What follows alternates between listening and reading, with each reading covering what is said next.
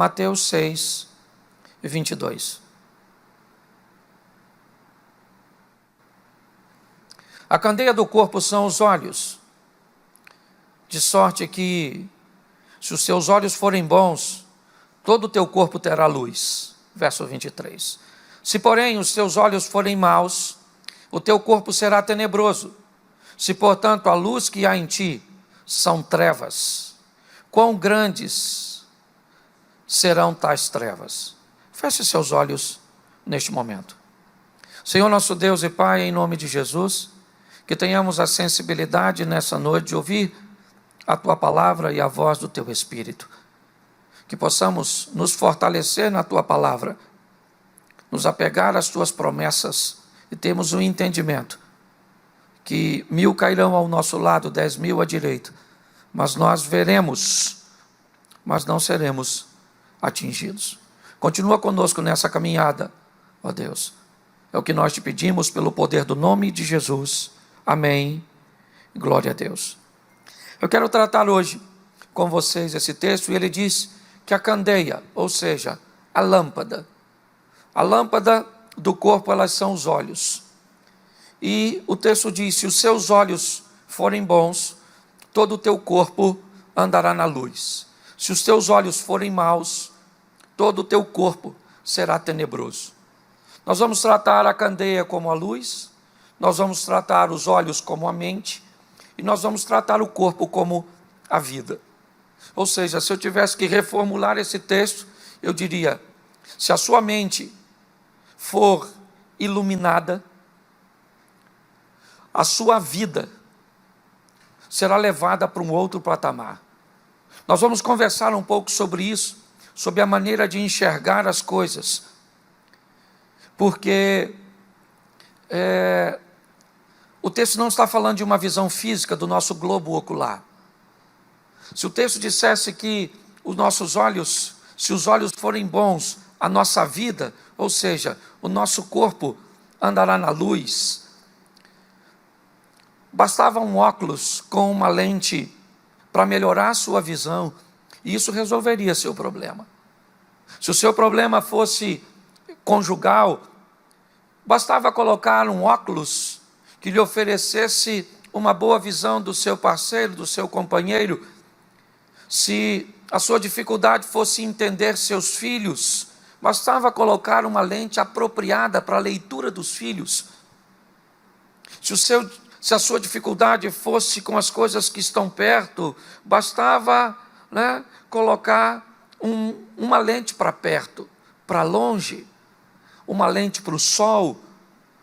Se o texto estivesse falando dos nossos olhos simplesmente, bastava colocar uma lente apropriada e teríamos então uma visão nítida, correta, equilibrada do ambiente que estamos enfrentando, os desafios.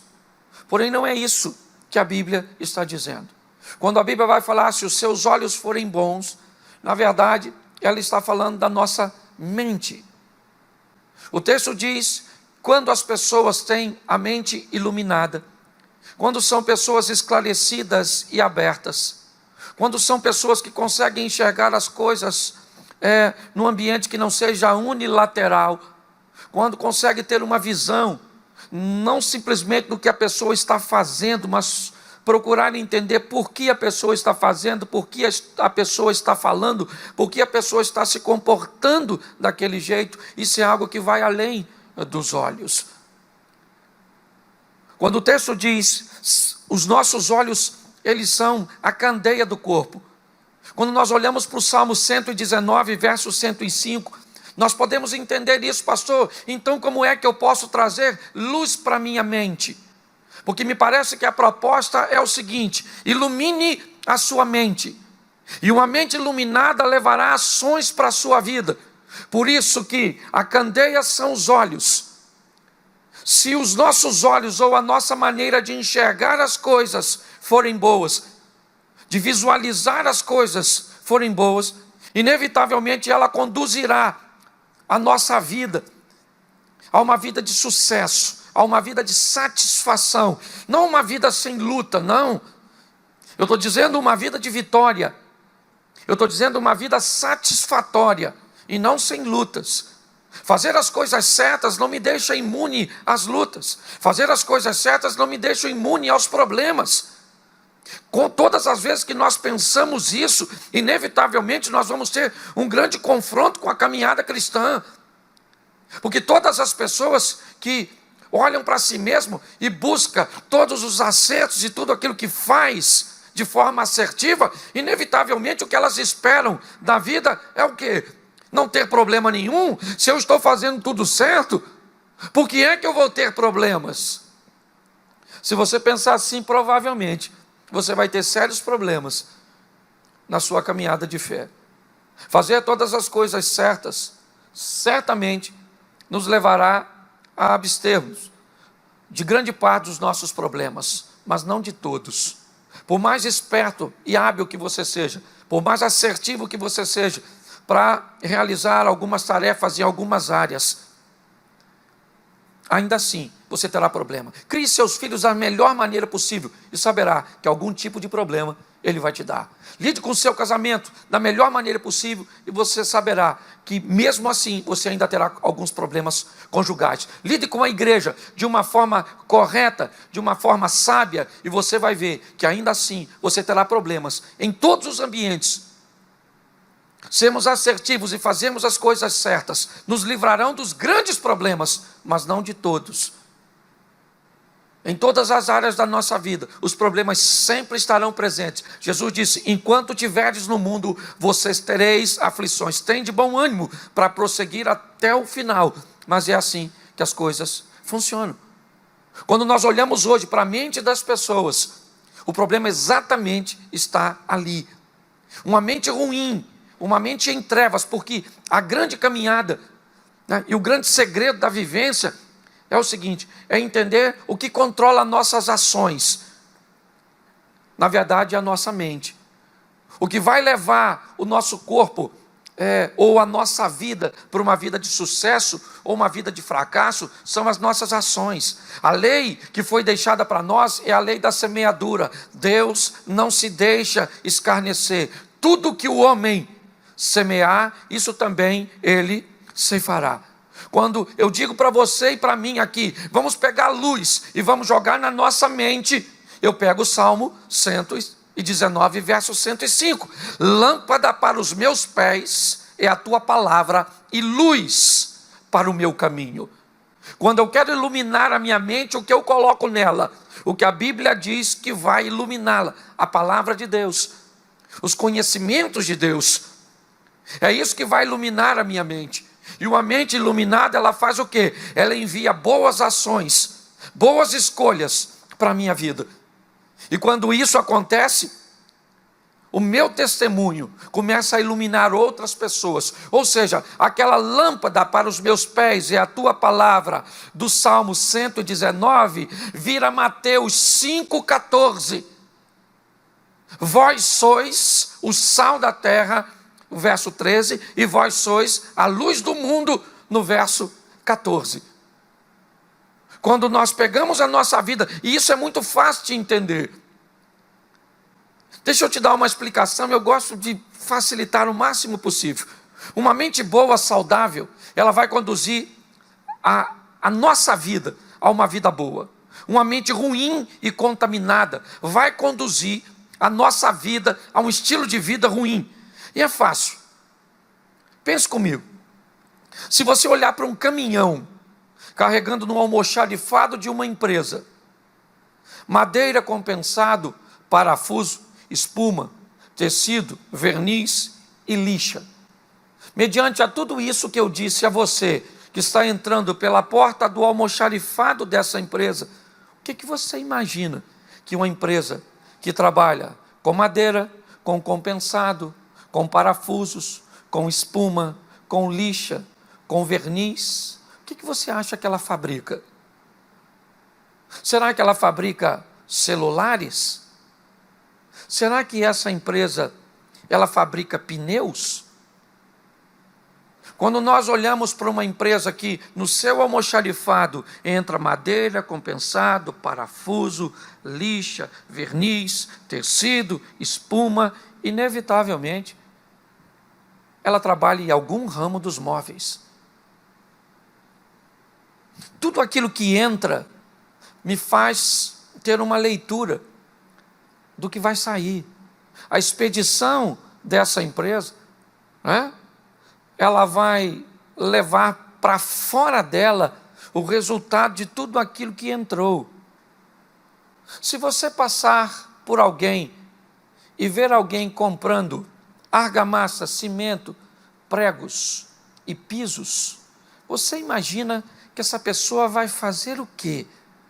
O que ela está fazendo? O que ela está carregando, o que ela está comprando, o que ela está colocando no seu carro, o que ela está levando para a sua casa, pode me dar uma boa definição do que ela vai fazer. Seja franco, se você visse alguém com argamassa, cimento, certo? Com pregos, com pisos, provavelmente você diria na sua mente, essa pessoa está fazendo uma obra na casa dela. E o que ela quer com isso? Ela quer conforto. Olha só, você não sabe quem a pessoa é, você não sabe onde ela mora. Você passou na frente de uma empresa, você sabe pouquíssimas coisas, mas você é capaz de ter um discernimento que vão além dos olhos. Os olhos físicos vão mandar uma mensagem para a sua mente e ela vai buscar compreender o que está acontecendo. E você vai descobrir que aquela pessoa está realizando uma obra. E o propósito é conforto. Todas as pessoas que fazem obras, fazem para melhorar o conforto. Se você passasse por alguém e se deparasse com esse alguém com carne, linguiça, sal grosso, carvão, você imaginaria que essa pessoa está fazendo o quê? Uma obra? Provavelmente não. Essa pessoa vai fazer um churrasco. Mas você não sabe. Não, mas o que ela está carregando, o que ela comprou, o que ela está levando, o que está debaixo dos seus braços, o que ela colocou no seu carro, está dizendo para você o que ela vai fazer. Ao contrário da outra que ia fazer uma obra, essa vai viver um momento de lazer ou de comemoração. Olha só em observar as pessoas, nós podemos ter uma noção de que o que está entrando nelas, o que elas estão fazendo, o que elas estão levando para a sua casa, para a sua vida, vai me dar uma noção do futuro dessas pessoas, sementes. Vamos imaginar alguém indo comprar drogas. Então vamos lá, o indivíduo foi uma boca de fumo para comprar drogas, o que ele vai fazer? Um churrasco? Não, ele vai se dopar. Qual é seu propósito? É alimentar seu vício. Quando nós olhamos, e é essa a grande questão, quando nós olhamos para as pessoas e olhando para nós mesmos, e vemos as nossas literaturas, os nossos grupos de redes sociais, os nossos amigos, na verdade nós estamos apresentando para o mundo quem somos nós. Nós estamos oferecendo uma informação. Mas nem sempre isso é verdadeiro. Sim, é verdade.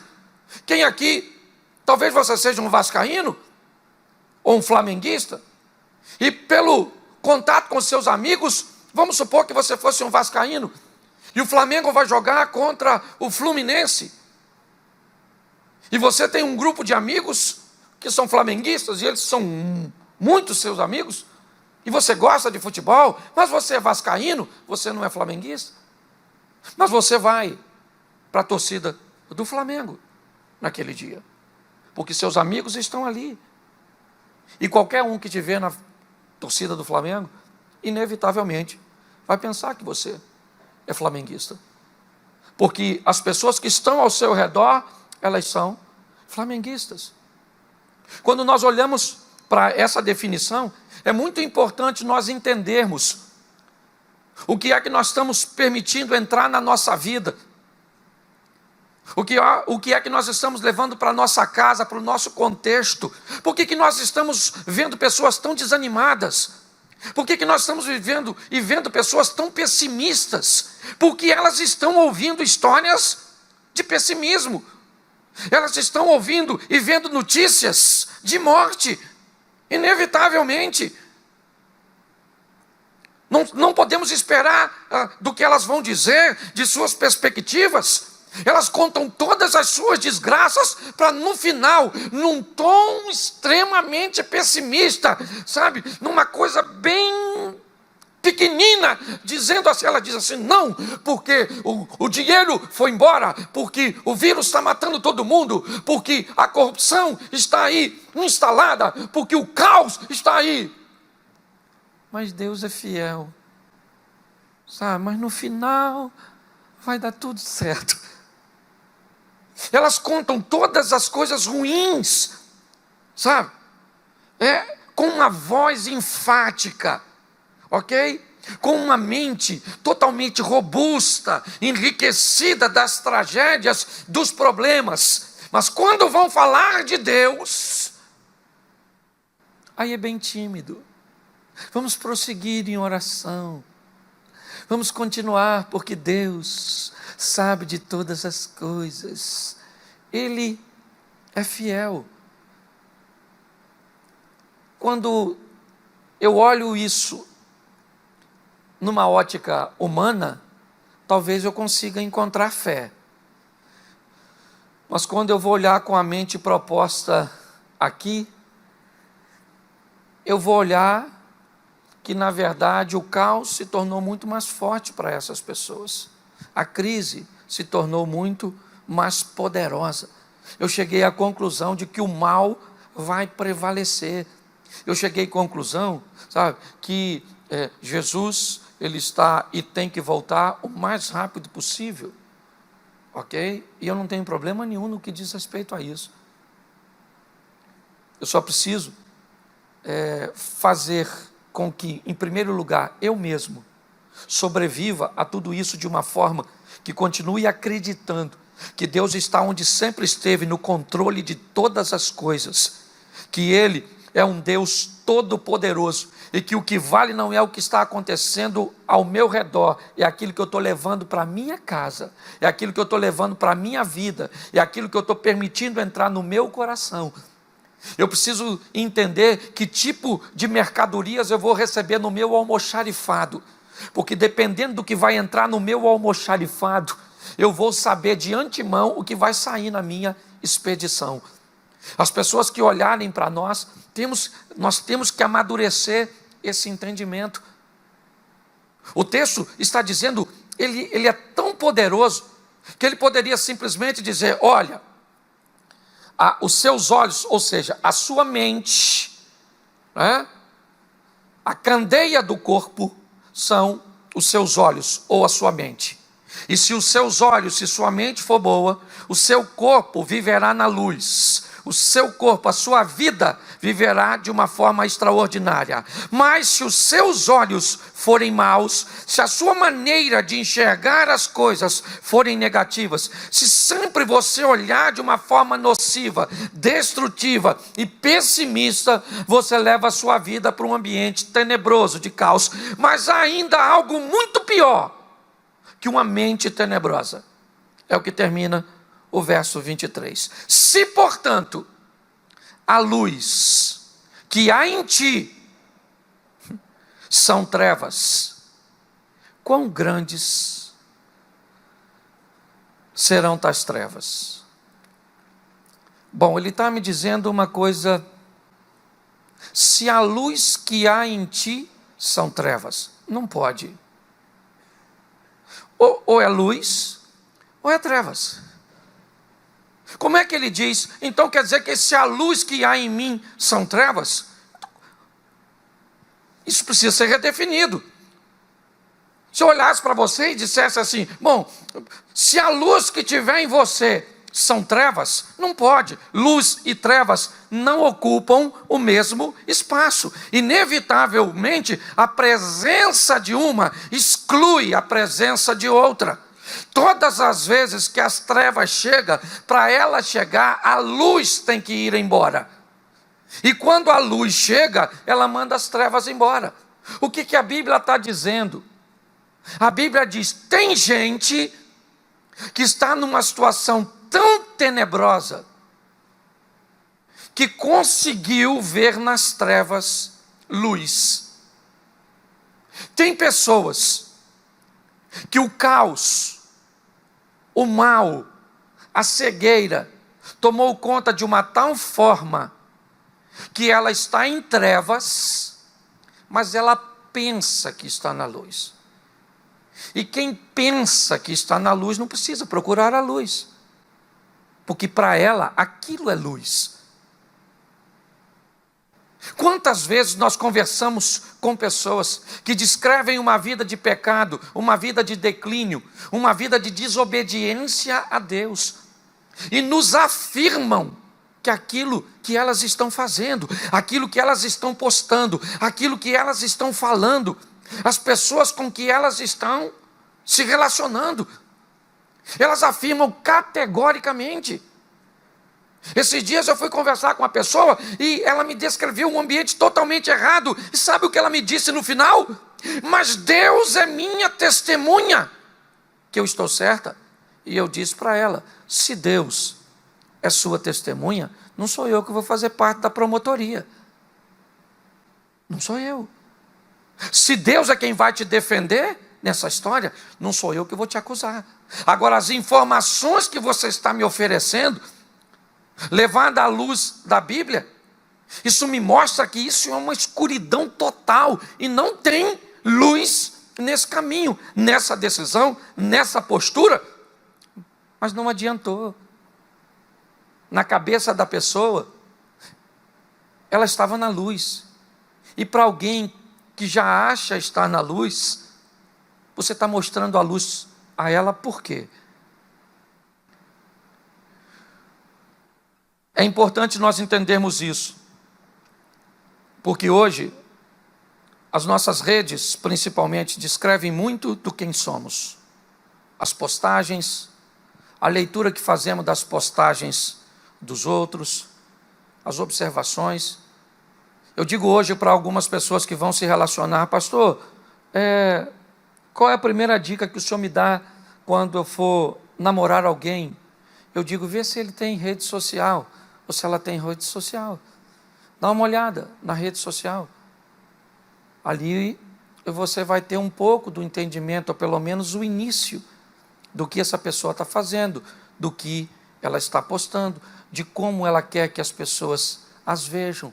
Veja que tipo de comentário elas fazem, né, nas postagens dos outros, quem ela curte.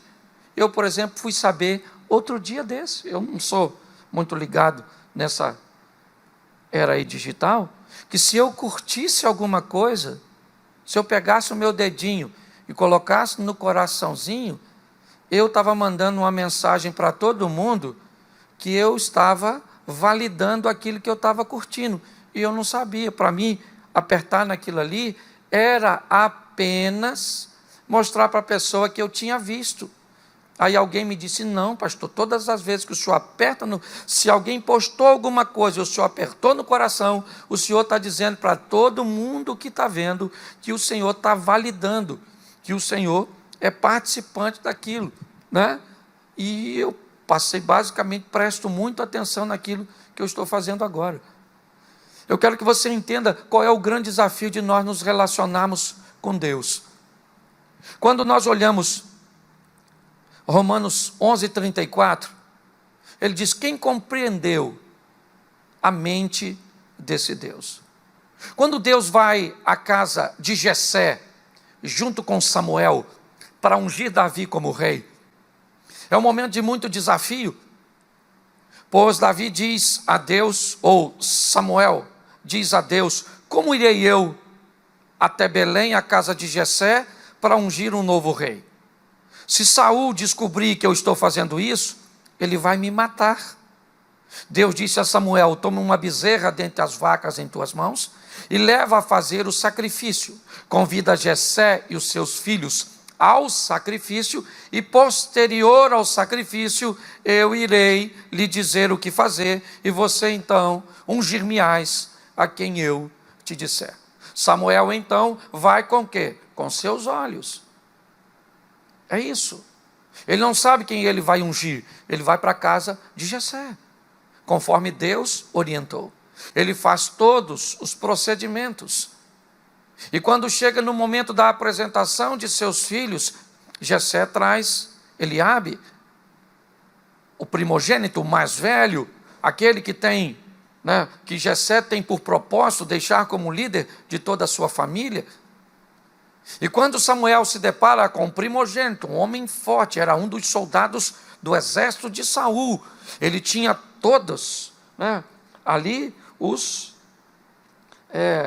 requisitos para ser o rei. Era um homem valente, era um soldado, isso seria muito importante para um rei. Ele era o primogênito, está tudo certinho. Só que quando ele olha, Deus diz para ele assim: não atente para a sua aparência nem para a sua estatura, porque eu o tenho rejeitado.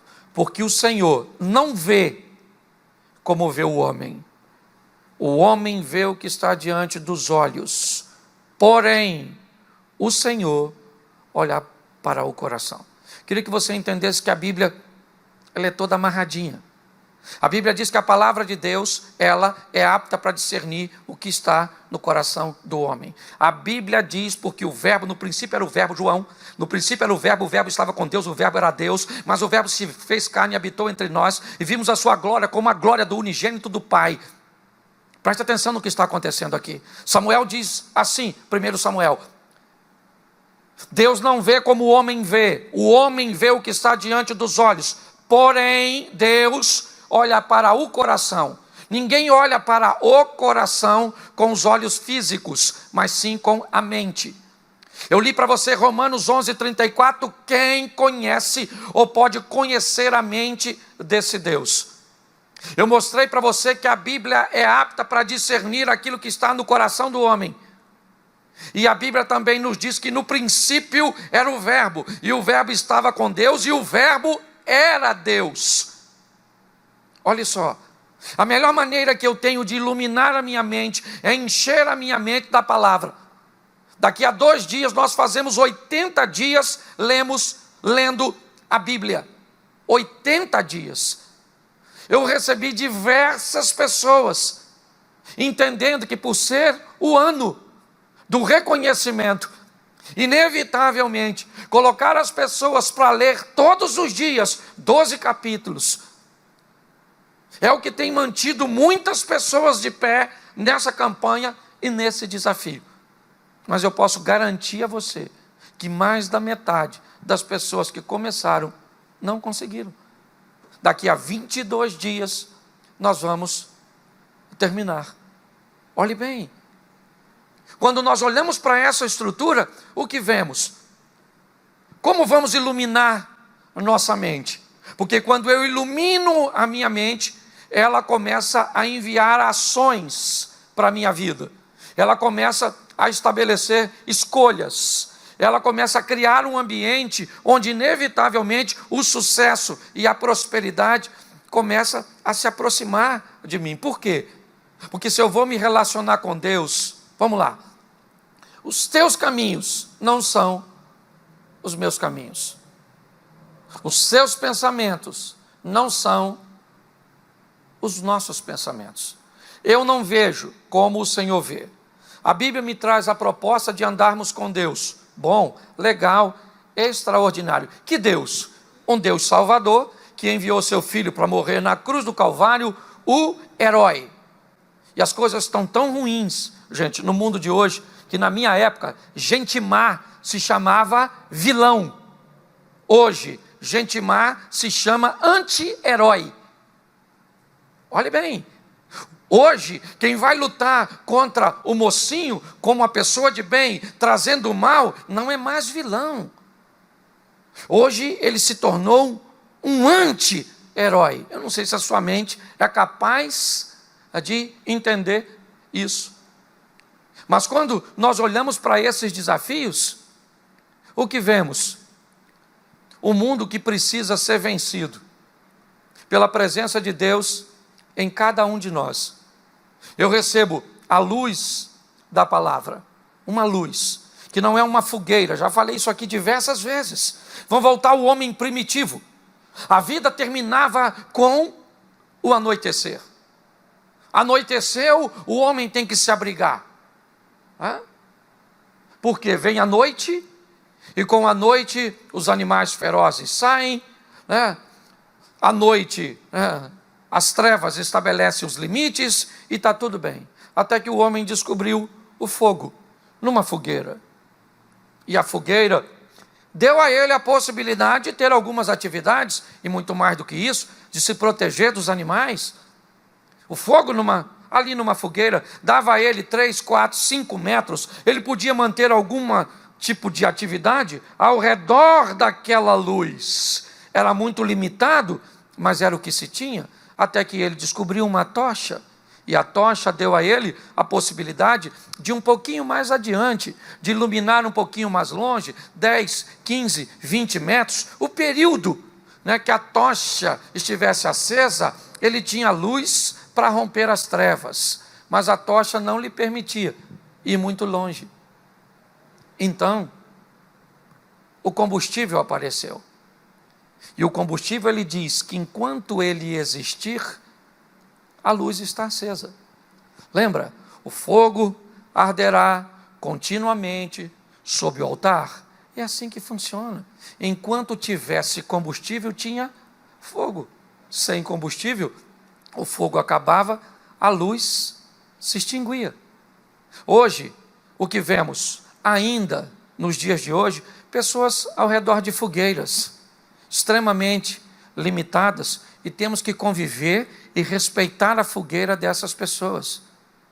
Por favor, não queira oferecer combustível de imediato para alguém que ainda está ao redor da fogueira, com pensamentos. Esses dias um amigo meu postou assim: porque os sonhos de Deus vão se cumprir, e alguém fez um comentário embaixo dizendo: que heresia, Deus não dorme.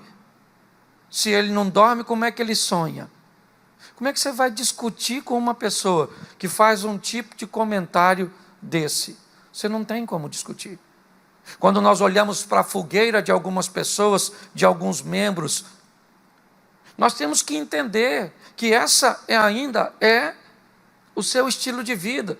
Sua visibilidade é muito pouco, suas limitações são muito grandes. E nós precisamos, com muito amor, entender. Algumas pessoas já pegaram suas tochas e já foram um pouquinho mais adiante, e já consegue enxergar, já consegue viver e provar algumas coisas. E outros conseguiram o combustível. Enquanto ele existir, nós vamos rompendo as trevas. Sabe, lâmpada alta, não se pega uma lâmpada, está tudo entrelaçado, e coloca embaixo. Todas as vezes que se pega uma lâmpada, põe no velador, põe em cima, para que ela dê amplitude, para que ela ilumine, para que ela consiga levar a nossa mente, o nosso pensamento, o nosso raciocínio, para um outro estilo de vida. Hoje nós vemos pessoas andando ao nosso redor com tochas, com uma visão limitada. Hoje nós vemos ainda pessoas ao redor de fogueiras, e hoje vemos pessoas também com bastante combustível. Mas esteja você ao redor de uma fogueira, esteja você com uma tocha na mão, ou com uma candeia, com uma lâmpada, cuidado com a presunção. Estejamos nós em um dos 3 estágios, que venhamos entender e respeitar o estágio do outro, que venhamos buscar dar uma olhada na nossa mente, e principalmente no nosso almoxarifado. Sabe, eu queria fechar essa palavra aqui, pedindo para que você tenha cuidado com o seu almoxarifado. Todas as vezes que parar alguma coisa por ali, não abra a porta de imediato, não. Descubra o que é que vai sair daquele caminhão, daquele ambiente, daquela frase, daquele grupo, daquelas pessoas, porque o que vai entrar ali é que determina o que vai sair lá na frente. Seja um pouco mais seletivo, né, dessas entradas, para que tenhamos mais êxito quando olharmos lá para frente, para que aquela luz do Salmo 119 traga para nós a luz de Mateus 5. Uma luz que recebemos pela palavra, lâmpada para os meus pés. Eu vivi de uma forma tão intensa que aquela luz mudou minha mente levou ações para minha vida gerou um testemunho esse que me fez luz do mundo, para iluminar a mente de outras pessoas. Eu acho que o grande desafio de todos nós é exatamente esse. Temos um estilo de vida que agrada a Deus. É a brincadeira que sempre fazemos. Não queremos ser melhor que ninguém. Queremos apenas nos tornarmos melhor que nós mesmos.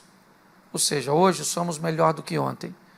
E amanhã, melhor do que hoje.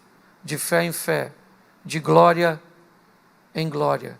Entendendo que a nossa prova não é de velocidade, mas de resistência. Que Deus possa nos dar condições de vivermos tudo isso. Fiz uma postagem esse dia que dizia, seja a igreja que as pessoas não estão indo, e seja a Bíblia que as pessoas não estão lendo.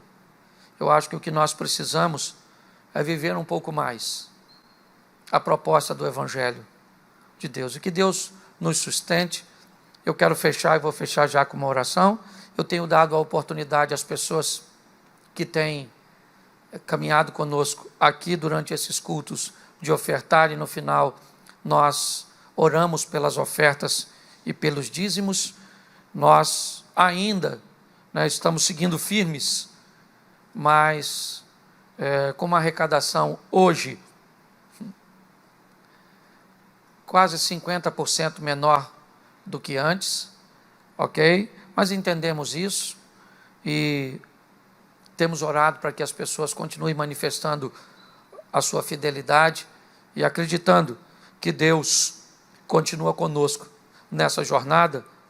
Mas eu queria impulsionar você a ser fiel a Deus e ver. Eu tenho algumas pessoas, tem sido muito engraçado, pessoas com portas abertas de emprego, pessoas fazendo negócios, né, nesse ambiente e sendo bem sucedido, porque quando Deus é conosco, o deserto e a crise têm que nos fazer prosperar. Eu queria que você ponhasse a sua oferta, você que está aqui, você que está aí, as ofertas, as contas estão aí na nossa rede social, e eu queria que você ficasse de pé. Eu quero orar por você e com você. E na quarta-feira nós vamos ter um culto abençoado, sempre aí agora às quartas, com 2 mensagens. Me dá um envelope aqui. 2 pregações de 15 minutos na quarta-feira, ok? E nós vamos ter gente dirigindo o culto, orando pelas ofertas. Vai ser uma bênção. Isso aí. Feche seus olhos. Deixa eu pegar.